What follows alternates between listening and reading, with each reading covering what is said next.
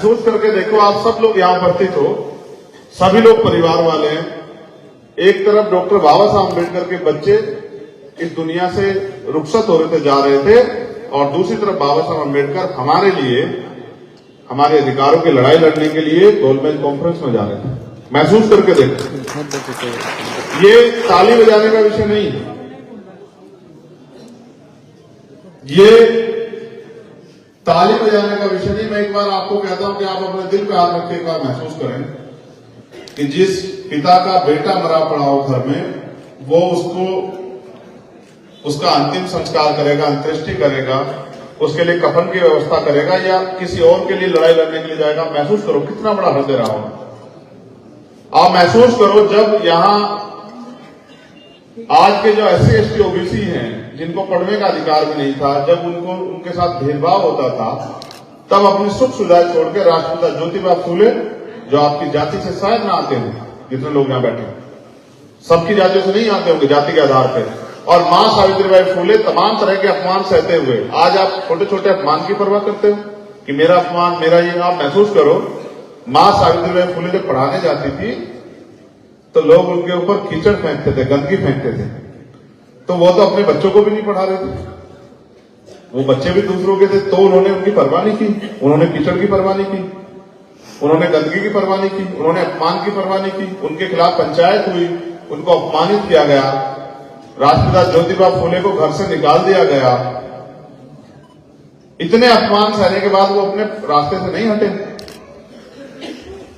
जब वो नहीं हटे तभी तो आज उनका हमारी जिंदगी में महत्व है।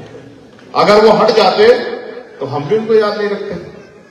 लेकिन आप ये महसूस करो, इतने अपमान सहने के बाद भी उन्होंने थोड़ा ही कहा कि भाई मेरा सम्मान नहीं हुआ, मेरा अपमान नहीं हुआ, क्योंकि आज जिन लोगों के लिए उन्होंने किया वो भी सब लोग उनको नहीं जानते हैं। तो एक मिशनरी का काम होता है, वो अपने लक्ष्य को ध्यान में रखकर काम करता है। जब काम उसको दिया जाता है उसके पद के अनुरूप, वो उस कार्य को करके दिखाता है। और जिसको पद दे दिया जाए, कार्य दे दिया जाए, वो ना काम करे, उस जिम्मेदारी को रोक के बैठ जाए, वो अच्छा कार्यकर्ता नहीं होता, अच्छा साथी नहीं होता है, ना ही वो परिवार का अच्छा सहयोगी। अच्छा कार्यकर्ता वही होता है, भाई आप मीडिया के लोग हैं, बाहर की तरफ चले जाओ, बहुत पैसा खर्च हुआ है, एक एक कार्यकर्ता बहुत साधन लगा के है, डिस्टर्ब मत कर। मेरे मीडिया के प्यारे भाइयों, आप लोग इससे कोई समझौता नहीं होगा मेरे प्यारे, पीछे चले जाओ, ठीक है। हम तो जो कुछ इनकी वजह से हमें, ये नहीं होंगे तो आप लोग भी नहीं आओगे, ठीक है। इसलिए कार्य में डिस्टर्बेंस मत पैदा करो। मेरी बात आपको समझ आई अभी तक? तो आज जो हालात, उसमें भी हम चर्चा करेंगे, लेकिन पहले चर्चा करेंगे कि आज हम कुर्सियों पर बैठे हैं और ये मंच सजा है, इसका अधिकार हमें कहां से मिले। 14 अगस्त 1947 को ये देश अंग्रेजों के अधीन था। बहुत सारे अधिकार सभी लोगों को नहीं थे। 15 अगस्त 1947 को हम लोग आजाद हुए, लेकिन 14 अगस्त को जिसकी जेब में 2 रुपए थे, 15 अगस्त को उसकी जेब में 100 रुपए नहीं थे। 14 अगस्त को जिसकी घर 1 गज जमीन नहीं थी, 15 अगस्त को उसको कई जगह जमीन नहीं मिली। 14 अगस्त को जो व्यापारी नहीं था, जिस पे व्यापार नहीं था, 15 अगस्त को व्यापारी नहीं। 14 अगस्त को जो अशिक्षित था, वो 15 अगस्त को अशिक्षित, वो शिक्षित नहीं हुआ। यानी कि आजादी मिली, उस आजादी में जो लंबे समय के अधिकार विहीन समाज चल रहा था, उस समय के कानून के हिसाब से उसको वास्तविक आजादी नहीं मिली, क्योंकि उसको राजपाट, धन, धरती, बिजनेस में हिस्सेदारी नहीं। फिर इस देश में कि ये सारी सुविधाएं कैसे लोगों तक पहुंचे, उसके लिए डॉक्टर बाबा साहब अम्बेडकर ने, जिस दिन मैंने आपको संविधान का सुना है प्रस्तावना, संविधान को सौंपते हुए संविधान सभा से एक निवेदन किया, एक शंका जाहिर की, एक आग्रह किया, जो मैं आपसे कर रहा हूं। उन्होंने कहा कि आज हम विरोधाभास की जिंदगी में कदम रख रहे हैं। राजनीति में 1 वोट 1 वैल्यू, राजनीति में तो बराबरी हो जाएगी, लेकिन जब तक देश में व्यापक सामाजिक गैर बराबरी, जो जाति के आधार पर, धर्म के आधार पर, वो गैर बराबरी खत्म नहीं होगी, ऊंच नीच, छुआछूत, भेदभाव खत्म नहीं होगा, आदमी आदमी को बराबर नहीं मानेगा, और आर्थिक गैर बराबरी जो है, अर्थ के आधार पर, धन के आधार पर, साधन के आधार पर जो गैर प्राप्ति बनी हुई है, एक आदमी जिसके पास बहुत बड़ा महल है, एक आदमी जिसके पास सर ढकने को छत भी नहीं है, एक आदमी जिसके पास करोड़ों रुपए है, एक आदमी जिसके पास एक गज जमीन भी नहीं है, एक आदमी जिसके पास बहुत धन संपदा है, गाड़ी घोड़ा सब कुछ है, एक आदमी जिसमें खाने को रोटी भी। जब तक ये गैर बराबरी दूर नहीं होगी तब तक समानता की बात करना, समानता का मजाक उड़ाना होगा। और उन्होंने कहा कि हम देश को लोकतंत्र देने जा रहे हैं। लोकतंत्र यानी कि जनता द्वारा जनता का शासन। ये लोकतंत्र राजनीतिक लोकतंत्र, सामाजिक लोकतंत्र नहीं बन पाएगा, क्योंकि लोकतंत्र का मतलब है कि देश के अंतिम व्यक्ति का भी योगदान, उसकी हिस्सेदारी लोकतंत्र में है, वो भी आगे बढ़ सकता है। लेकिन आप महसूस करो, आज चुनाव लड़ने के लिए करोड़ों रुपए की जरूरत होती है, लाखों रुपए की जरूरत होती है, क्या कोई गरीब का बेटा आगे बढ़ सकता है क्या? आप बताओ, कितने लोग यहाँ जिनके बैंक में लाखों रुपए जमा नहीं रख सकते? भाई डिपॉजिट भी तो जमा करनी पड़ती है। कितना पैसा जमा होता है डिपॉजिट का असेंबली में? 5 या 10 हजार रुपये होता है 10,000 रुपये। तो यानी कि सरकार ये कह रही है कि चुनाव वो लड़ते हैं, इसमें जो 10,000 रुपये जमा करेगा, यानी कि ये बात तो खत्म हो जाती है कि गरीब का बेटा भी चुनाव। इसलिए बाबा साहब ने कहा कि चाहे सामाजिक गैर बराबरी दूर करो, कि कोई जाति के आधार पर छोटा बड़ा ना हो, ऊंच नीच ना हो, छुआछूत ना हो, भेदभाव ना हो, इंसान को कर्मों के आधार पर छोटा बड़ा माना जाए। अगर कोई अच्छे कर्म कर रहा है तो उसको अच्छा माना जाए, जो बुरे कर्म करे उसको बुरा माना जाए, लेकिन जाति के आधार पर ऊंच नीच नहीं होनी चाहिए। मेरे प्यारे बंधु, ताली बजा के अपने दिमाग को डिस्टर्ब मत करो, नुकसान हो, बस बात को सुनो। फिर आर्थिक गैर बराबरी, काशीराम साहब ने इस बात को और आगे बढ़ाया। उन्होंने कहा भाई मैं भारत के लोकतंत्र को लोकतंत्र नहीं मानता, ये धनतंत्र है। पैसे वाले लोग राजनीति करते हैं, पैसे वाले लोग आगे बढ़ रहे हैं, पैसे लोगों वाले लोगों को बिजनेस है, और सारी चीजें पैसे से होगी। पर पैसा प्रचार में लग रहा है, टीवी में खर्च हो रहा है। जैसे महसूस करो, हम अभी मध्य प्रदेश का चुनाव लड़ा के आए राजस्थान में, तो हमारी पार्टी नहीं है, हमारा चुनाव चिन्ह भी नया है, तो टीवी पे 24 में से 12 घंटे मोदी दिखाई दे रहे हैं, और बाकी टाइम में थोड़े दूसरी पार्टियों के नेता दिखाई दे रहे हैं। तो भाई हमें तो नहीं दिखाया जा रहा, जबकि हमारी पार्टी भी काम कर रही है। उनके रेडियो पे भी ऐड आ रहे हैं, उनके बड़े बड़े बैनर पोस्टर भी लगे हुए हैं, उनके तो और तमाम तरह के प्रचार हो रहे हैं। अखबार के पहले पेज पे उनका वो आ रहा है, एडवर्टाइजमेंट, विज्ञापन। तो जैसे हमारी नई पार्टी और हमको पैसे नहीं चुनाव लड़ने के लिए, तो ऐसा थोड़ा ही हमसे चुनाव आयोग कहेगा कि चंद्रशेखर भाई आपकी नई पार्टी है तो आप 1 महीना ज्यादा प्रचार कर लेना, आपका रिजल्ट 1 महीने के बाद निकाल देंगे। ऐसा थोड़ा होगा भाई, जितना समय हमको उतना उनमें वो तो हेलीकॉप्टर लेके उड़ जाएंगे, जहाज लेके दूसरी जगह जाके सभा कर लेंगे, तीसरी जगह जाके सभा कर लेंगे, सरकारी बैंक में उनके लिए सभा तैयार कर देगा, सब कुछ हो जाएगा। हमें तो सारा पैसा के पैसा जुटा के करना है। हम पे तो ऐसा नहीं कि परमानेंट हेलीकॉप्टर हमारा घूम रहा है, तो हम तो उनके मुकाबले नहीं दौड़ सकते, लेकिन वो दौड़ सकते हैं। तो इसलिए आज की राजनीति में उनका मुकाबला करने के लिए हमें अपनी तैयारी को मजबूत करना चाहिए। आप यहां वो लोग बैठे हैं जो तमाम तरह की मुसीबतों से पीड़ित है और अपने महापुरुषों के आंदोलन को कामयाब करना चाहते हैं, जिनके मन में ये पीड़ा है कि जो भी देश में गलत हो रहा है, जो भी गैर बराबरी देश में है, वो गैर बराबरी खत्म होनी चाहिए। और इसलिए आप यहां बड़े पैमाने पे इस सभा को, जिला स्तरीय सम्मेलन को सफल बनाने के लिए आए हैं। अब हम बात करेंगे आज के हालातों की। ये बात मैंने आपको तब बताई जब लोकतांत्रिक व्यवस्था इस देश में हुई, लोकतंत्र आया। और लोकतंत्र क्यों आया इस बात को भी समझ लो। लोकतंत्र इसलिए आया कि जो अधिकार और सुविधाएं, सुख सुविधाएं लोगों तक नहीं पहुंची, उसके लिए एक लोक लेखा समिति बने, प्रदेश स्तर पे, केंद्र के स्तर पे, राष्ट्रीय स्तर पे। और वो लोक लेखा समिति जो जनता द्वारा टैक्स का पैसा इकट्ठा होता है, उस पैसे को जनता को तक पहुंचाने का काम करे, जिससे हर आदमी को सुख सुविधाएं और स्वाभिमान सम्मान का जीवन मिल जाए। और उसमें आरक्षण का प्रावधान भी हो कि हर जाति वर्ग के लोगों को भी मौका मिल जाए, वो भी आ जाए, जिससे कि वो अपनी बात पार्लियामेंट में, असेंबली में रख सके। फिर ये और बढ़ावा हुआ 1952 में, जब पंचायत राज आया। यही सरकारें छोटी होकर गांव में बनने लगी, गांव में प्रधान बनने लगा, नगर पालिका, नगर पंचायत में चेयरमैन बनने लगे, पार्षद सभासद बनने लगे। उनका उद्देश्य ये था कि जो विकास का कार्य, जो सुख सुविधा लोगों तक नहीं पहुंच रही, वो कैसे लोगों तक पहुंचाया जाए, इसके लिए समितियां बन जाए। इस प्रस्ताव के साथ आया और बाबा साहब अम्बेडकर को विश्वास था कि जो हजारों साल की गुलामी, चाहे वो गरीबी के रूप में हो, चाहे वो छुआछूत के रूप में, चाहे बेबसी के रूप में हो, चाहे महिलाओं के साथ अन्याय के रूप में हो, चाहे किसानों की समस्या के रूप में हो, चाहे अच्छे मकान ना होने के कारण हो, चाहे अच्छे रोजगार ना होने के कारण हो, चाहे जमीन ना होने के कारण हो, ये सारी गैर बराबरी, ये सारे दुख हम लोग एक दिन में खत्म कर सकते हैं, क्योंकि लोकतंत्र का मतलब है जिनका वोट होगा उनका राज।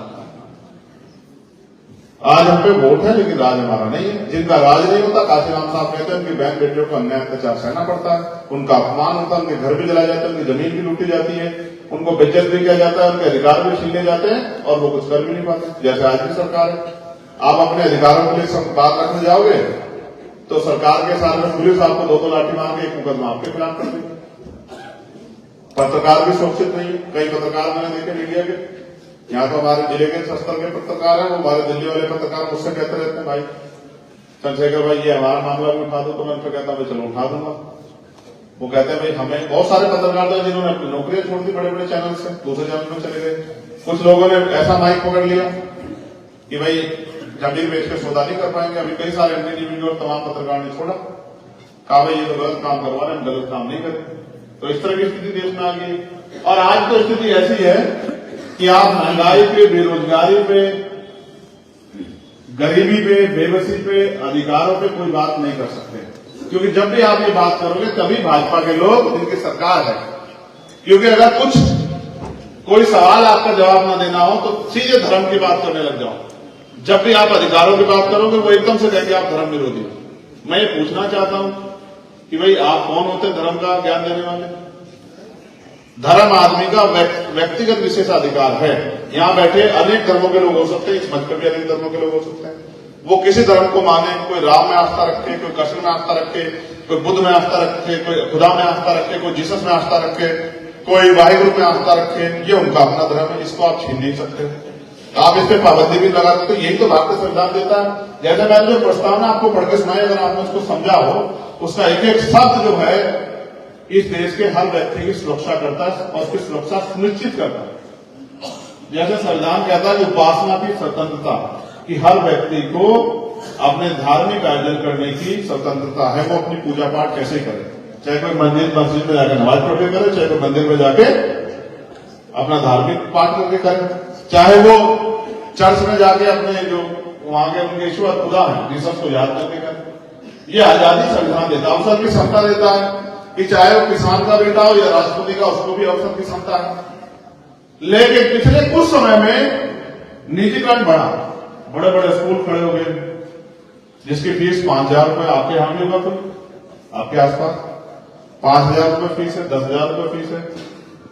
बड़े बड़े हॉस्पिटल खड़े हो गए जिनकी बड़ी बड़ी फीस है। अगर सिर्फ सांस का चेक कराने चले जाओगे तो 10,000 रुपए का बिल आ जाएगा, पर्चा लेके चले जाओगे तो 500 रुपए का बिल आएगा, पर्चा देखने का लेते थे। असल हुआ क्या है देश में कि पिछली सरकारों ने पूंजीपतियों को बढ़ावा दिया और वे सोचते हैं गरीब, अगर गरीब पढ़ लिख जाएगा, अपने अधिकारों को जान लेगा तो फिर वो अपने अधिकारों के लिए लड़ेगा। आप एक गजब की बात देखो, भारत में सारी चीज होती है भारत में, लेकिन व्यक्ति को उसके अधिकार नहीं बताए जाते कि उसके अधिकार, मौलिक अधिकार क्या है, और ये भी नहीं बताया जाता कि उसके मौलिक कर्तव्य क्या है। किन कर्तव्यों का निर्वहन उसको करना ही करना है, और ये भी नहीं बताया जाता कि उसके क्या मौलिक अधिकार है। जो बात मैंने आपको बताई, आप में से बैठे 90% लोग नहीं जानते होंगे कि इस देश में आपके मौलिक अधिकार क्या है। नागरिक शास्त्रों के उसमें पढ़ाते थे, उसके बाद कहीं पढ़ाते नहीं। ना इस देश के संविधान को पढ़ाते। जिस देश में हर चीज संविधान से चल रही है, उस देश के नागरिकों को संविधान की जानकारी नहीं कि उनके अधिकार क्या है, उनके कर्तव्य क्या है, उनका क्षेत्र क्या है, उनकी उपलब्धि क्या है, उनका संरक्षण क्या है। पुलिस जिसे चाहे बिना एफआईआर के अरेस्ट कर लेती है, क्योंकि लोग अपने अधिकारों से जागरूक नहीं है। जिन धाराओं में गिरफ्तारी भी नहीं हो सकती, जो बेलेबल ऑफेंस है उनमें पुलिस गिरफ्तार करके थाने बिठा देती है। 24 घंटे के अंदर चलान करना पड़ता है, कोई मतलब नहीं है, 4-4 दिन बिठा कर रखती है। वही ताकतवर व्यक्ति हत्या करके रेप करके भी 6-6 महीने भी नहीं मिलता, उसको कुछ कहते नहीं। लेकिन गरीब वर्ग से अगर कोई अपराध हो जाए तो उसकी बहन को पकड़ के लाएंगे, माँ को पकड़ के लाएंगे, जीजा को पकड़ के लाएंगे, भाई को पकड़ के लाएंगे बिना किसी कानून के, और लाके बंद कर देंगे और अपमानित भी करेंगे। आपने देखा अभी एक घटना मैंने सुनी थी, कहां की थी वो, चित्रकूट वाले रेलवे स्टेशन पे एक बच्चा होती है ना नाराजगी, अपने परिवार से नाराज होकर चला गया स्टेशन पे और पुलिस ने पकड़ लिया। और पुलिस ने पकड़ लिया तो क्या किया कि उसको लाके वहां जीआरपी के थाने बंद कर दिया। फिर उसका भाई उसके मामा देखने आए ढूंढने, तो उनको भी लाके बंद कर दिया। बाद में उनसे पूछा कि कौन जात हो, तो क्योंकि हमारे यहाँ जैसे सरेंद्र वर्मा लगाते हैं, ऐसे ही हमारे यहाँ भी शेड्यूल कास्ट के लोगों को बहुत सारे गोत्र है, कोई वर्मा लगाता है, कोई कौशिक लगाता है, कोई द्विवेदी लगाता है, कोई कुछ लगाता है? तो उन्होंने कहा, उसके मामा ने कहा साहब फलाने वर्मा है, उन्होंने कहा वो तो रविदास है और तुम वर्मा साहब बेवकूफ बना रहे हो। तो इतना पीटा कि हाथ पैर तोड़ दिए। तो मैंने उनसे पूछा भाई अधिकारियों से, भाई ऐसा क्यों किया? तो जवाब नहीं। मैंने 6 दिन हो गए जब मुझे घटना पता लगा तो मैंने उनसे सवाल किए, एक सीओ थे वहां डीएसपी, मैंने कहा भाई ये तो बताओ कि क्या कर रहे हो? कह रहे जांच कर रहे हो। जांच? मैंने कहा ये बताओ बिना एफआईआर लिखे कौन सी जांच कर रहे हो? तो कह रहे एसपी साहब ने कहा। मैंने कौन से एसपी साहब? कह रहे जीआरपी के एसपी। मैंने कहा बताओ। उनके हाथ टूटे हुए? बोले हाँ। उनको चोट लगी? बोले हाँ। तो मैंने कहा कोई भूत आके लगे क्या सारे काम? भाई किसने घटना तो की है ना, तो एफआईआर लिखो तभी तो जांच करोगे। तो कहा ठीक है जी, फिर शाम तक एफआईआर लिख दी है। क्यों लिख दिया एफआईआर? क्योंकि पिछले 7-8 सालों में भीम आर्मी के लोगों ने अपने संघर्ष से अपना दम पैदा किया, और वो एक ऐसा दम है कि जैसे पता लगता है कि भीम आर्मी के लोग हैं तो अधिकारियों को करंट सा लगता है। मन में तो उनकी बहुत रिस्पेक्ट नहीं होती आपके लिए, लेकिन एक करंट सा लगता है कि एक ऐसी ताकत आएगी जिसका कोई पता नहीं क्या करती, इसलिए वो भीम आर्मी का नाम सुनते ही काम करने के लिए तैयार है। ठीक है, जो आदमी कल थाने के बाहर नहीं खड़ा हो सकता था, उस संगठन का worker SHO, CO, inspector, SI, additional SP, SP से आंख में आंख मिला के बात करके अपनी बात रखता है। तो ये बात उनको समझ नहीं आती कि इतनी ताकत कहां से आती है। वो सोचते हैं ताकत चंद्रशेखर आजाद देता है, उनको नहीं पता ये सारी ताकत जो है बाबा साहब अम्बेडकर का संविधान देता है। इसलिए वो चंद्रशेखर आजाद से डरते हैं। चंद्रशेखर आजाद से उनको डरने की जरूरत नहीं, उनको डरने की जरूरत है भारतीय संविधान। अब मैं आपको और आगे बढ़ाता हूं। मैं लंबे समय से सोच रहा हूं कि भाई क्या किया जाए, क्या किया जाए। अगर हम ताकत में भी आ जाए तो कैसी व्यवस्था बनाए। अब इस बात को जाके आपको लोगों को बतानी, बताओगे नहीं बताओगे? पहले बताओ कैसी व्यवस्था। जैसे सोचो आज हम ताकत में आ गए तो हम क्या करेंगे? जैसे दूसरी सरकारों ने किया ऐसा ही करेंगे या कुछ नया करके दिखाएंगे? वो नया क्या होगा, इस पे गौर करो। नया ये होगा कि बाबा साहब अम्बेडकर ने कहा शिक्षित बनो। आदमी के आंखें खुलने के बाद उसके पास पहला जो सबसे बड़ी ताकत होती है वो होती है ज्ञान। तो हम ये करेंगे कि चाहे पटवारी का बेटा हो, सेक्रेटरी का बेटा हो, बीडीओ का बेटा हो, एडीओ का बेटा हो, एसएसपी का बेटा हो, डीएम का बेटा हो, तहसीलदार का बेटा हो, कानूनगो का बेटा हो, बेटी हो, एसएचओ, इंस्पेक्टर, तमाम जितने सरकारी इंस्टीट्यूशन है उनके जितने भी अधिकारी कर्मचारी हैं, नीचे से लेकर चोटी तक के, चाहे वो प्रमुख सचिव हो, मुख्य सचिव हो, अनुसचिव हो, अपर सचिव हो, चाहे वो यूनिवर्सिटी का चांसलर हो, उन सब के बच्चों को सरकारी स्कूल में पढ़ाई करनी पड़ेगी। चाहे वो मुख्यमंत्री जी का बच्चा हो, राज्यपाल का बच्चा हो, चाहे मंत्री का हो, विधायक का हो, सभासद का हो, पार्षद का हो, चेयरमैन का हो, प्रधान का हो, जितनी भी छोटी से छोटी इकाई है लोकतंत्र की, जो लोग जिम्मेदारी लेते हैं कि हम दूसरों के बच्चों के लिए अच्छे स्कूल की व्यवस्था कर रहे हैं, उन सब के बच्चों को सरकारी स्कूल में पढ़ना। वो कहते हैं हमने गरीबों के बच्चों के लिए बहुत अच्छी सुविधाएं की है। तो भाई जब तुमने इतनी अच्छी सुविधा की तो अपने बच्चों को नहीं पढ़ाओ। जो आपने जनता के लिए किया है उसका लाभ आप अपने बच्चों को भी दो।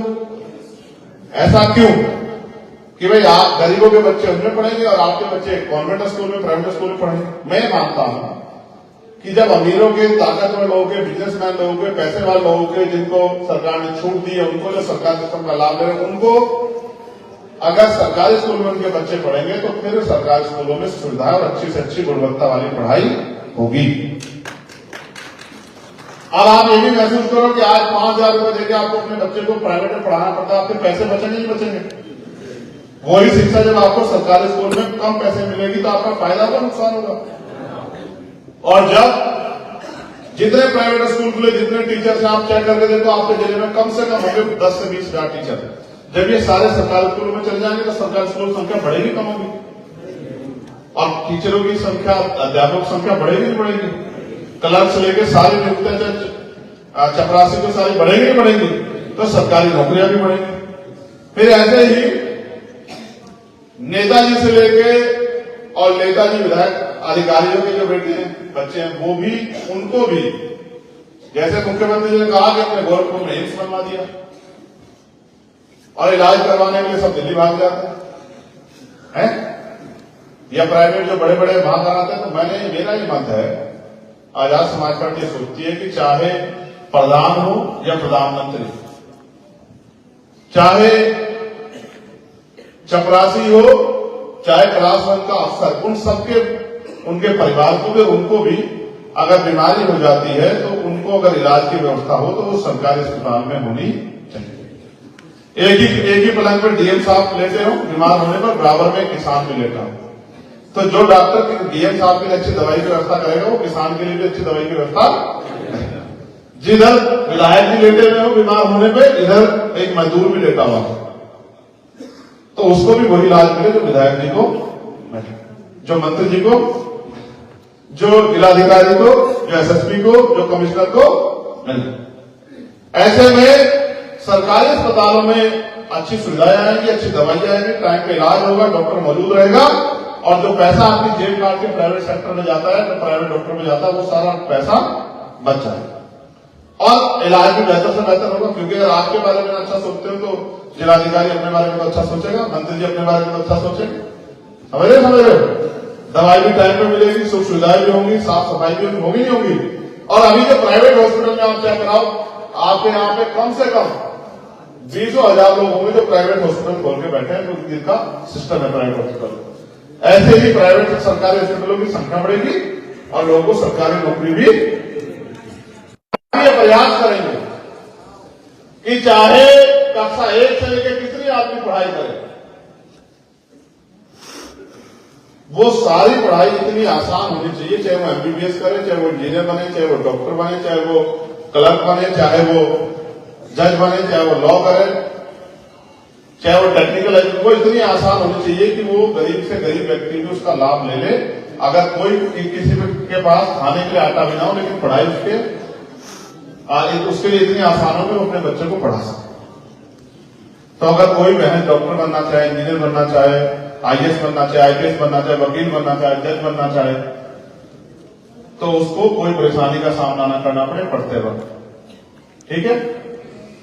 एक पुलवामा का एक हमला हुआ, आपने सुना होगा पुलवामा का हमला, मीडिया के साथियों ने सुना।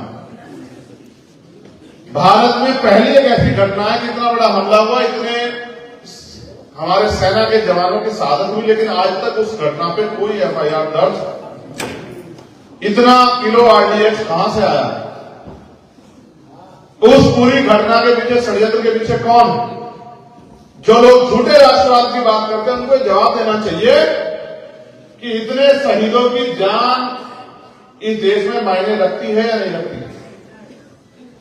अगर किसी का एक फोन चोरी हो जाए, एफआईआर होगी नहीं होगी बताओ? एक साइकिल मोटरसाइकिल चोरी हो जाए, एफआईआर होगी नहीं होगी बताओ?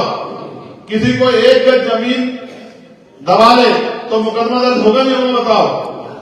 इतने लोगों की, इतने साथियों की, इतने सेना के जवानों की, वीर जवानों की जान गई, लेकिन आज तक कोई जांच नहीं हुई। तो ऐसा क्या है कि भाई जांच नहीं करा रहे? ऐसा जांच में कौन फंसने वाला है? ऐसा उस घटना में किसका हाथ है? इसलिए सेना का जो दुरुपयोग हो रहा है, चाहे वो अग्निवीर के रूप में या किसी भी रूप में, मेरा ये मानना है बहुत लड़ाई की बात है, जब तक इन नेताओं के अधिकारियों के बच्चे सेना में नहीं जाएंगे तब तक सेना का दुरुपयोग भी बंद नहीं होगा। क्योंकि जब इनका बेटा बॉर्डर पर खड़ा होगा तो ये कोई भी पॉलिसी बनाने से पहले 4 बार सोचेंगे कि भाई मेरे बेटों को नुकसान, तो फिर ये कोई ऐसा काम नहीं करेंगे जिससे सेना के हमारे वीर जवानों की जान शहीद हो जाए।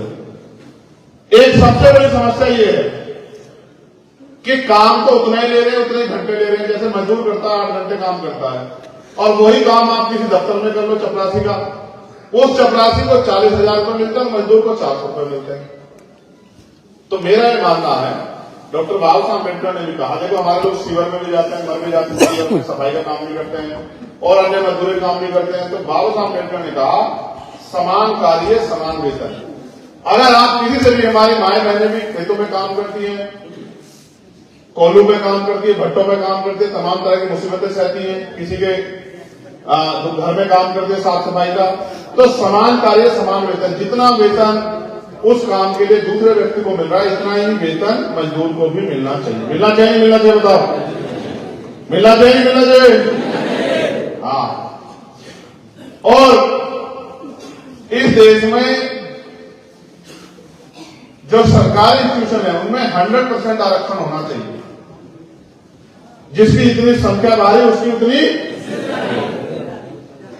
मैं तो स्वर्ण जातियों का सबसे बड़ा समर्थक हूं कि उनकी जितनी आबादी है उनको उतने, उनके साथ धोखा नहीं होना चाहिए। उनकी आबादी के हिसाब से उनको सरकारी नौकरी में व्यवस्था होनी चाहिए, होनी चाहिए, होनी चाहिए। हम तो मानवतावादी व्यक्ति, हम कहते हैं 52% पिछड़े वर्ग के लोगों को 52% आरक्षण मिलना चाहिए, मिलना चाहिए, मिलना चाहिए। 25% शेड्यूल कास्ट शेड्यूल ट्राइब के लोगों को सरकारी नियुक्तियों नौकरियों में 25% हिस्सेदारी मिलनी चाहिए, मिलनी चाहिए, मिलनी चाहिए। और जो अन्य धार्मिक अल्पसंख्यक जैसे मुसलमान है, मुसलमानों की आबादी कितनी है भाई? 18% मुस्लिमों को, क्योंकि वो भी टैक्स देते हैं इस देश में।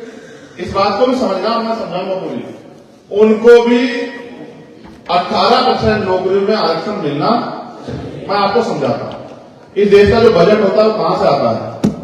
इस देश का बजट आपसे और हमारे टैक्स से जाता है। कुछ टैक्स हम लोग स्टेट को देते हैं, वो स्टेट का बजट होता है। कुछ टैक्स जो हम सेंटर को देते हैं, केंद्र को, वो टैक्स केंद्र का बजट होता है।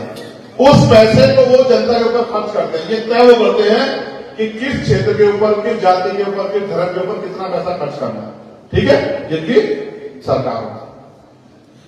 अब जब टैक्स आप हर आदमी से लेते हो तो उस हर व्यक्ति को आप सामाजिक न्याय के अनुरूप उतनी हिस्सेदारी तो दो। पाल को, प्रजापति को, कश्यप को, राजभर को, निषाद को, चौहान को, मुनिया को,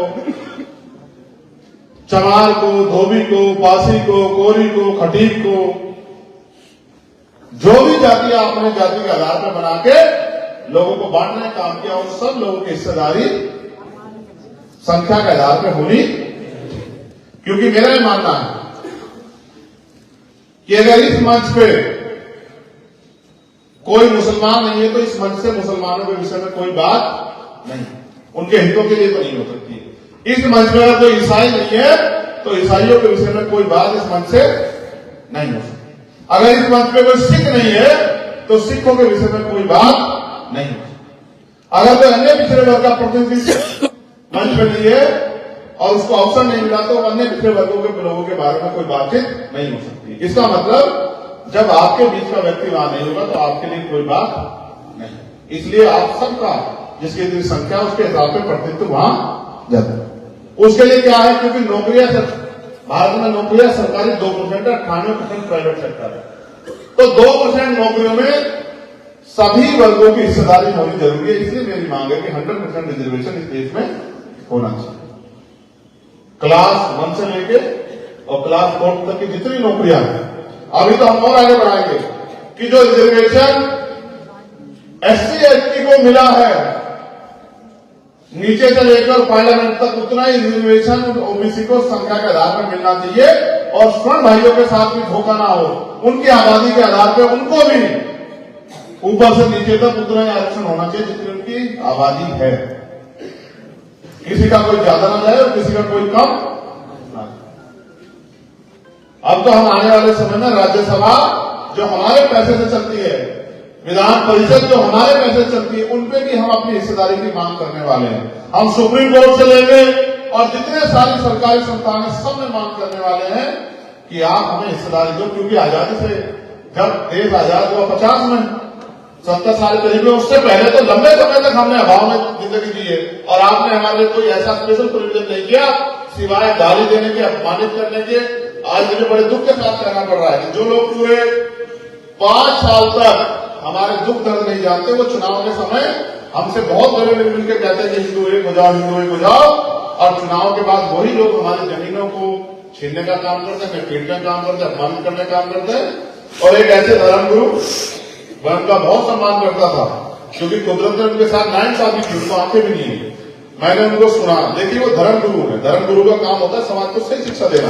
उन्होंने क्या कहा, एक दिन उन्होंने कहा कि SC ST OBC का आरक्षण खत्म कर देना चाहिए जाति के आधार पर। मैं पूछ रहा हूं भाई आपको क्या जरूरत है, आप तो संत आदमी हो, आपका क्या छीन लिया SC ST OBC ने कि भाई इनका आरक्षण खत्म कर दो? आपके पास जो पैसा इकट्ठा होता है आप उसमें से कोई पैसा दे दोगे SC ST OBC को? ये लो भाई आप अपना घर चला लो है? फिर उन्होंने कहा कि जो चारों वर्ण में राम को नहीं भजता वो चमार है, यानी कि वो कहने का मतलब है उनका कि वो कह रहे हैं कि राम को भजने वाला उत्तम और चांद को भजने वाला नीच। अब उनसे कोई पूछे भाई तुम्हें किसने अधिकार दिया कि आप पूरे जो लोग अधर्मी है उनको चमार बता रहे हैं, चमार जाति के लोगों को नीच बता रहे हैं, आपको किसने अधिकार दिया? अभी परसों मुकदमा लोगों जाके ना आंखें खुल जाएंगे। एक ज्ञान हमें भी, हम भी देते हैं संविधान का ज्ञान, चिंता मत करो, अभी देखना बहुत जल्दी करेंगे आप रहना। हम किसी जाति के विरुद्ध नहीं, किसी धर्म के विरुद्ध नहीं। भारतीय संविधान का आर्टिकल 25 धार्मिक आजादी देता है, सब अपने धर्म को माने, लेकिन कोई किसी को नीचा दिखाने का काम करेगा ये तो गलत है। हम गुलाम भारत में थोड़ी है कि कोई हमें नीचा दिखाए और हम चुपचाप सहे। क्यों भाई? क्योंकि अन्याय करने वाले से अन्याय सहने वाला ज्यादा दोषी होता है, समझते। और देखो ये कहा गया है, मैं बार बार मंचों पर कहता आज भी कह रहा हूं कि जो कुछ करता है ईश्वर करता है, ये कहा गया है भारत में। तो अगर उनको आंखें नहीं है तो ये भी ईश्वर ने उनके पुराने जन्मों के पाप के अनुसार ही किया।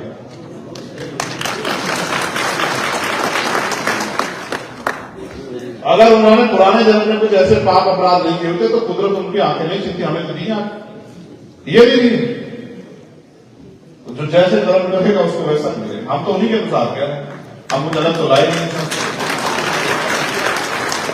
तो मेरा ये मानना है एक सबसे बड़ी समस्या जो आज चुनौती बन गई है सब लोगों के सामने, वो ये है कि बाबा साहब अम्बेडकर ने अपने 4 बच्चों को कुर्बानी देकर वोट का अधिकार दिया नहीं दिया? जब वोट का अधिकार दिलाने के लोग कहते हैं कि भाई वोट का अधिकार उनको मिलना चाहिए, धरना सेठ है कोई कहता उनको मिलना चाहिए, लगान देते कोई कहता उनको मिलना चाहिए, जो व्यापारी है कोई कहता उनको मिलना चाहिए, जो बहुत पढ़े लिखे हैं कोई कहता उनको मिलना चाहिए जिनके पास जागीर है। तो डॉक्टर बाबा साहब अम्बेडकर ने कहा कि जब चंद लोग फैसला करेंगे तो वो लोकतंत्र नहीं होगा। लोकतंत्र तब होगा जब हर एक व्यक्ति तय करेगा कि उनका नेता कैसा हो, उनका जो है उनकी बात रखने वाला व्यक्ति कैसा हो। तो उन्होंने सुनिश्चित किया तर्क के आधार पर कि लोकतंत्र ऐसा होगा जब हर बालिग व्यक्ति वोट देगा। पहले वोट देने की उम्र थी कितनी थी? 21 साल। सुन लो कितने साल? फिर घट के वो राजीव गांधी जी की सरकार में कितनी हुई? 18 साल। अब 18 साल के व्यक्ति को बालिग माना जाता है, ठीक है। 21 साल का व्यक्ति देश में IPS IAS बन जाता है, 22 साल का, 21 साल का, और वो जिला चलाने के योग्य हो जाता है। और एक विधानसभा चलाने के लिए कहते हैं कि 25 साल का होना चाहिए कम से कम। बहुत धोखा चल रहा है, इतना हमारे पास संघर्ष में हम लोग ऐसे हो जाते हैं लाठी उठी खाने पकड़ में झेल के और टूटे फूटे हो जाते हैं, तब तक हमारा अवसर आता है अभी सब ठीक करना है तो वो आराम से होगा। तो इसलिए जो हमारे पास गुलामी को काटने का अधिकार वोट के रूप में दिया, उस वोट की चोरी ईवीएम द्वारा होगी। बहुत दिन से लोग मुझे कह रहे भैया मैं बोलते नहीं हूँ, देखो भाई मैं वकील आदमी, वकील हुए नहीं पता नहीं पता। तो वकीलों का काम ऐसा नहीं कि वो फ्री में कहीं सर मारते थे, ठीक है। वकील सोच समझ के काम करता। मैंने कहा 50 लोग अगर किसी काम पे आंदोलन करने खड़े हो जाएंगे तो उससे कोई सरकार को कोई फर्क। तो पहले हमें जनमत तैयार करना है।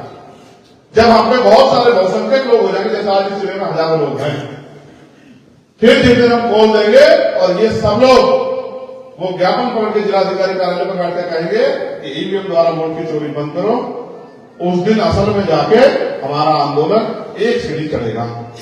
और फिर जब हम दिल्ली में जाके चुनाव आयोग का गला पकड़ेंगे, इलेक्शन कमिश्नर से आंखों में आंखें डालकर सवाल करेंगे, इस देश के शासक वर्ग से पूछेंगे कि हमारी वोट की चोरी क्यों कर रहे हो, तब जाके उनकी नींद खुलेगी। तो पहले हमें जन्नत तैयार करना था, हमने 2 साल खून का मूठ पी के दुख तकलीफ सह के जन्नत तैयार किया, अपमान सहा, आरोप सहे, मुसीबतें सही। और मुझे तो देखो 16 महीने जेल काटी, फिर दिल्ली में रविदास मंदिर में गुरु हमला हुआ तो जब जाके जेल काटी, फिर एनआरसी का मामला हुआ तब जाके जेल काटी, फिर आगरा जयपुर गया लड़ने के लिए तब जाके जेल काटी, और फिर जब मुझे सीबीआई इनकम टैक्स ने रोक पाई तो मेरे ऊपर गोली चला दी। 4 गोली से भी मैं बच गया, क्योंकि अभी भाई मैंने तो कोई पाप आगे किया नहीं जो मैं मर जाऊं। तो फिर लोग यहाँ कोरोना से बुखार जुकाम से बचे, आगे नहीं बढ़े, क्योंकि मेरे ऊपर हमारी माओ का, बहनों का, बच्चियों का, भाइयों का, बड़ों का प्यार आशीर्वाद ज्यादा है, और उनसे कुदरत को अभी मुझसे काम लेना है। इसलिए मेरी जीवन उन्होंने सलामत रख दिया कि अभी जी। और जो गरीबों के साथ समस्या है, जो गरीबी में हमारे लोगों को रहना पड़ता है, कैसे? अभी मैं एक बात अपनी स्क्रीन देख आ रहा था, थोड़ी देर में गाड़ी में निकले तो मैंने अपने साथियों ने कहा कि इस गाड़ी को देखो। उस गाड़ी को देखा तो गाड़ी से कुर्ता बाहर मुंह निकाले गया। तो हमने कहा महाराष्ट्र की बात है, पूछ लेना महाराष्ट्र वालों से, मुंबई की। तो हमने कहा देखो हमने क्या पास की थी कि अमीरों के कुत्ते गाड़ी में घूमते हैं और गरीब लोग सड़कों पर एक्सीडेंट में मर जाते। ये फर्क है देश में। और अगर कोई पशु मर जाएगा उसको उठाने वाले 50 लोग देखे, गरीब आदमी मर जाएगा उसको कोई आंख उठा के नहीं देखे, उसको मरा पड़ा हुआ छोड़ देंगे, पड़ा रहा 1 दिन पड़ा रहा 2 दिन पड़ा, कोई फर्क नहीं पड़ता। इसलिए मैं मानता हूं कि देश में हमसे अच्छी बेहतर जिंदगी जानवर जी रहे हैं। गर्मी आती है तो उनके कमरों में एसी लग जाता है, सर्दी आती है तो हीटर लग जाता है, और हम चाहे सड़क पे ठंड में मर जाए। मैं दिल्ली में घूमता हूं, दिल्ली से आता जाता हूं, और मैं देखता हूं हजारों लोग ऐसे हैं जो बिना छत के रहते हैं, छोटी छोटी तरपाल रहते वो करते हैं। जब सर्दी आती है तो रात में बैठे रहते हैं, गर्म रात में आग जला के, पन्नी वन्नी जला के, किस तरह अपने जीवन को बचाया। लेकिन सरकार तो कर रही है। जितने लोग मंदिर के बाहर हैं उतने लोग मंदिर के बाहर, जिन्हें अंदर है उतने बाहर बैठे हुए हैं, इस उम्मीद से कोई भोजन देगा। आज भी लाखों लोग ऐसे जिनके सर पर छत नहीं, आज भी लाखों लोग ऐसे देश भर में मैं घूमता हूं जिनके पास पहनने के लिए अच्छे कपड़े नहीं। और मैं गरीब परिवार का हूं, मैं जानता हूं यहां ऐसे कितने नौजवान बैठे होंगे जिनको एक ही जैकेट में पूरी सर्दी निकालनी है, जिनके पास दूसरी जैकेट अल्टरनेट नहीं है। वर्दी स्कूल की जो ड्रेस होती थी, एक ही ड्रेस होती थी, और एक दिन रात में धोके डालनी पड़ती थी कि भाई सुबह खिल जाएगा। कितने ऐसे लोग हैं जिन्होंने बिना प्रेस के कपड़े पहने होंगे बहुत लंबे समय तक? देखो महसूस करते या नहीं? इसलिए मैं कह रहा हूं कि सुख सुविधा का उपभोग तो यहां वो कर रहे हैं जिनके पास ताकत है, जिनके पास शक्ति है। और भारत के लोकतंत्र में शक्ति है, कहा गया डॉक्टर द्वारा, राजनीतिक सत्ता इधर पॉलिटिकल पावर का मास्टर की। राजनीतिक सत्ता वो चाबी जो आपकी सारी परेशानी हल कर सकती है। आप एक बार ये चाबी मुझे दे दो और फिर देखो, अपनी सारी समस्या लिख के रख दो यहाँ डब्बे में, और ये चाबी मुझे दे दो। अगर 6 महीने में आपकी सारी समस्या खत्म न कर दी तो फिर मुझसे पूछ लेना सवाल। आपने सबको मौका देकर देख लिया, मैं नहीं था आपके बीच में, आपने सबको मौका दिया। मैं बहुत दिनों से आपको समझा रहा हूं कि कोई दूसरे लोग कुछ करना नहीं चाहते, तो मैं आग लिए बैठा हूं दिल में कुछ करने की।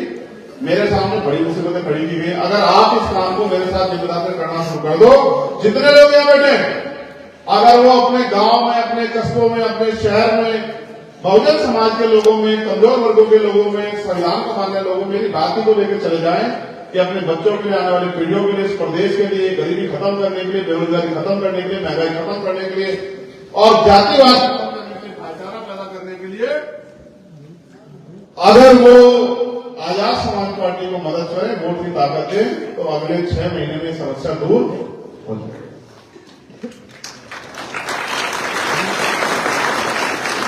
अब क्या तो आप नहीं करना चाहते, आपको जिंदगी पसंद आ गई, इसलिए फिर आप मेरी बात में पहरा नहीं देते। अगर आप मेरी बात को मान के काम करने लग जाओ ना वालों, तो मैं लिख कर देता हूं कि जब 27 में मौका आएगा आपके पास, तो उत्तर प्रदेश में आप इतने ताकतवर होंगे कि आप इधर से एक छोटा सा फोन कर देगा मैं झूठ को, तो सच को सारे काम हो जाएगा। समझ रहे? वो ताकत आपके हाथ में है। मैं भी अगर जोर से बटन दबाऊं तो एक ही वोट गिरी जाएगा, और आप भी दबाओगे तो एक ही वोट गिरी जाएगी। इसलिए मैं अपने नौजवान भाइयों से कहूंगा जिनका बहुत इंटरेस्ट था मेरी सुरक्षा में, जिनका इंटरेस्ट था मेरी जीवन यात्रा में जितना इंटरेस्ट था फोन निकाल के बैठने में, मैं उन सबसे कहना चाहता हूँ जो मोटरसाइकिल पे बिना हेलमेट के दौड़ रहे हैं, जो नारे लगा रहे हैं, जो अपना भूखा पेट रख के दिन रात दौड़ रहे हैं, उन सबसे कहना चाहता हूँ अगर प्रयास गलत रास्ते में किया जाए तो नुकसान होगा। जैसे रास्ता तो ये है जाने का, और मैं जाऊं इधर से तो मेरा सर ही टूटेगा ना, तो सर टूटवाना है या ताकत पैदा करनी है? ताकत पैदा करनी है तो फिर मन में एक सपना पैदा करो, जो अच्छी पढ़ाई कर रहे हो वो अच्छी पढ़ाई करो, और जो पढ़ लिख के बेरोजगार घूम रहे हो मेरा साथ दो और गांव गांव जाके लोगों को तैयार करने में मदद कराओ। क्योंकि आपका प्रचार तो ना तो कोई बहुत बड़ा मीडिया करेगा, ना अखबारों में आएगा, ना टीवी चैनल पे चलेगा, ना ही कोई बहुत प्रचार के साधन होंगे। आपको तो अपने छोटे छोटे साधनों से प्रचार करना, कोई साइकिल से, कोई मोटरसाइकिल से, कोई गाड़ी से। जब हमारे महापुरुषों ने आंदोलन चलाया था तो गाड़ियां भी नहीं थी, अब तो हम पे गाड़ियां, आज आपने मेरे स्वागत में 40-50 गाड़ियां लगाई।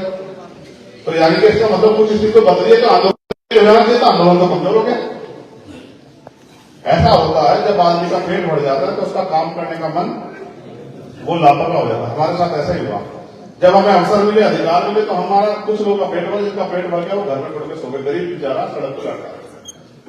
इसलिए मैं मानता हूं कि आपको अपनी लड़ाई में बहुत मजबूत से लड़नी पड़ेगी। आप छुआछूत से मुक्ति चाहते हैं, जाति के आधार पर जो भेदभाव को खत्म करना चाहते हैं, आप ऊंच नीच को खत्म करना चाहते हैं, आप अपनी गरीबी, बेबसी, लाचारी को खत्म करना चाहते हैं, आप बेरोजगारी पर लगाम कसना चाहते हैं, आप अपने बच्चों के लिए रोजगार चाहते हैं, आप अच्छे अस्पताल, अच्छे स्कूल चाहते हैं।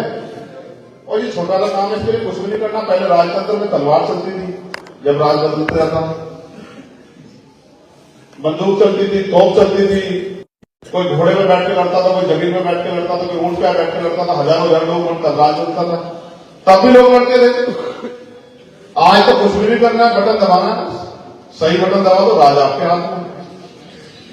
जिनकी संख्या ज्यादा होगी वो जीत जाएंगे। अब आप इस काम को भी नहीं कर पा रहे तो आप कितने अच्छे हो गए। देखो, प्रचार प्रसार नहीं है, एक तो अपने अंदर व्यवहारिकता पैदा करो। क्या पैदा करो? व्यवहारिकता। कैसी व्यवहारिकता? किसी से भी कोई कटु शब्द मत कहो। कैसे शब्द? कटु, जो उसको बुरे लग सकते। अगर आप मित्र नहीं बना सकते तो दुश्मन पैदा। किसी को भी, किसी के धर्म को, किसी की जाति को बुरा, आप अच्छे हो तो अपने बारे में बताओ। जैसे जो बुद्ध को मानते हैं, जो रैदास को मानते हैं, वो अपने बारे में बताएं कि बुद्ध ने पंचशील दिया है, और जो पंचशील का पालन करेगा उसको दुनिया में